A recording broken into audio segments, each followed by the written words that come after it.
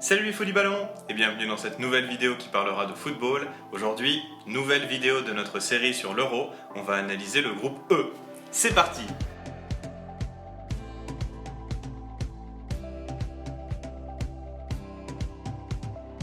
Salut Colin! Alors du coup, on retrouve qui dans ce groupe E? Salut Johan, déjà ce groupe E il va être très intéressant parce que je pense que ça va bien batailler, ça sera très physique parce qu'en fait dans ce groupe E il y a la Pologne, la Slovaquie, l'Espagne et la Suède. Donc quand même une nation d'artistes et trois nations de gros bourrins. Donc je pense que ça va être très intéressant de regarder. Je te propose de directement commencer. Que nous dis-tu sur la Pologne? Alors si on fait un petit historique de ce qu'ils ont fait lors des dernières compétitions.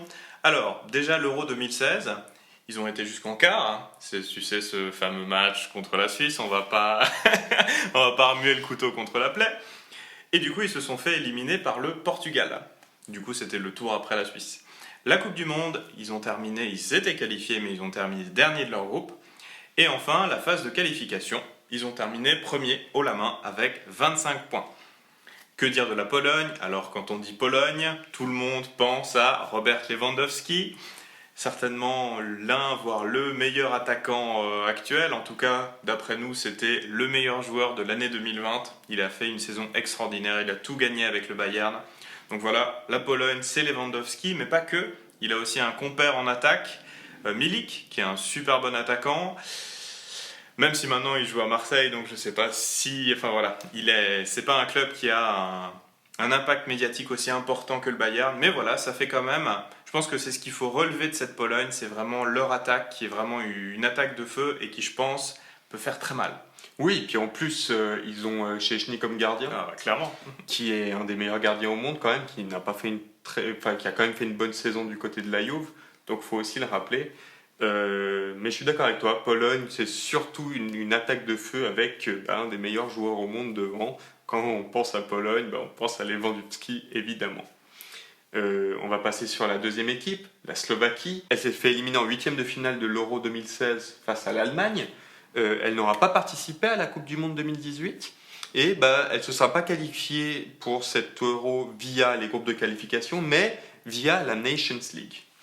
Donc à nouveau, on disait avant que Pologne rimait avec Lewandowski, souvent le Slovaquie va rimer avec Marek Hamšík, qui faisait avant la pluie et le beau temps du côté de Naples. Maintenant il joue en Chine, mais ça reste un joueur d'un certain standing qui est quand même assez extraordinaire à regarder jouer. Mais il n'y a pas que lui en Slovaquie. Il y a aussi Lobotka, Milan Skriniar qui nous a sorti une magnifique saison du côté de l'Inter, et l'inusable Martin Skrtel qui joue maintenant du côté de Fenerbahçe. Et donc on a quand même une certaine structure, un milieu de terrain qui peut être très intéressant, expérimenté, et une défense Skriniar-Skrtel qui fait peur quand même. Donc ça va être une équipe compliquée à bouger d'après moi. Je trouve ça assez marrant parce que quand on dit Slovaquie, on a l'impression que c'est une petite équipe et que tu te demandes pourquoi est-ce qu'elle est là. Mais en vrai, quand tu regardes les joueurs qui sont slovaques, tu te rends compte qu'il y a quand même pas mal de qualité. Du coup, je te propose de passer à la troisième équipe de ce groupe-là, un mastodonte, l'Espagne. Alors l'Espagne, historiquement, les dernières compétitions, qu'est-ce qu'ils ont fait? C'est assez simple. L'Espagne, c'est élimination en huitième. C'était le cas à l'Euro 2016 où ils se sont fait éliminer donc en huitième par l'Italie.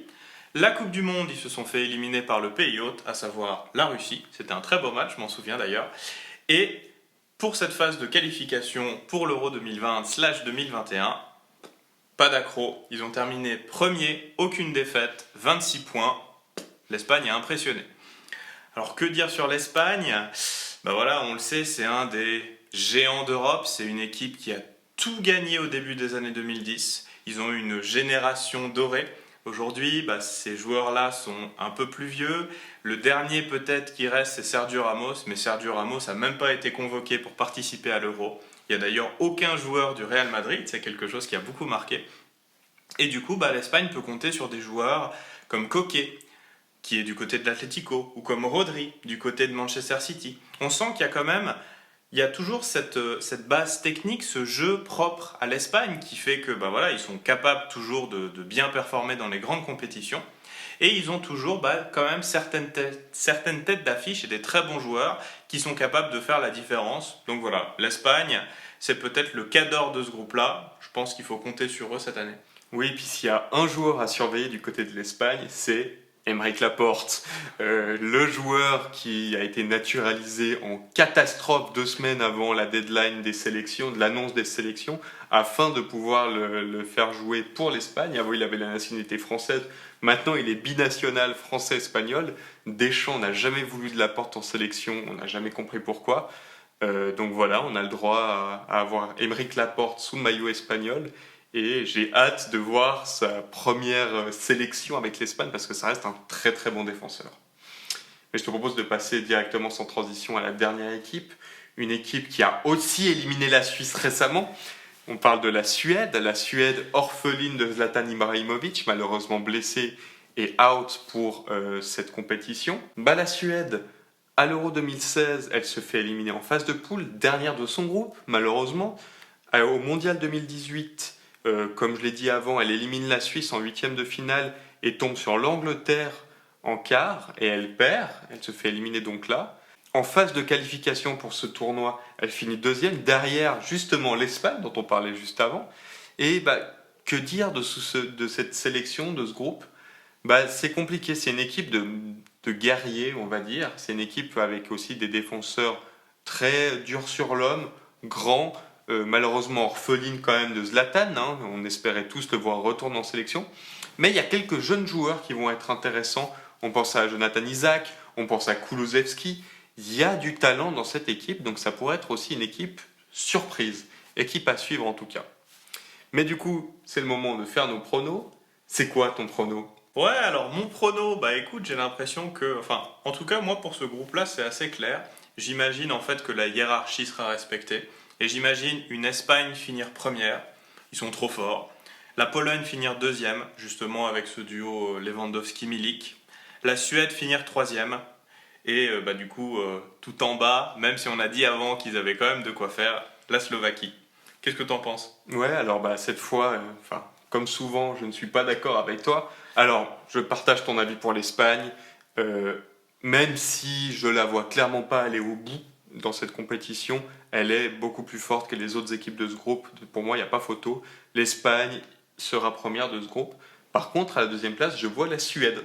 Je pense que la Suède va faire beaucoup de mal à la Pologne, notamment avec ce duo Kulusevski-Isaac très rapide, très technique. Je pense que la Pologne n'arrivera pas à défendre là-dessus.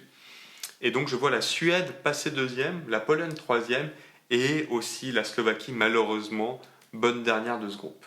Eh écoute, on verra ça. En tout cas, du coup, ce match Suède-Pologne sera particulièrement intéressant à suivre. Ouais. Oui.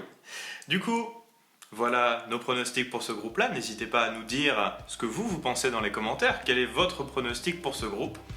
N'oubliez pas que notre série sur l'Euro, c'est une vidéo par jour, ou en tout cas pratiquement une vidéo par jour. On va faire de notre mieux, mais en tout cas, on sera très présent. Donc n'hésitez pas à vous abonner pour nous suivre. Et on se retrouve demain pour une prochaine vidéo. Salut ! Ciao !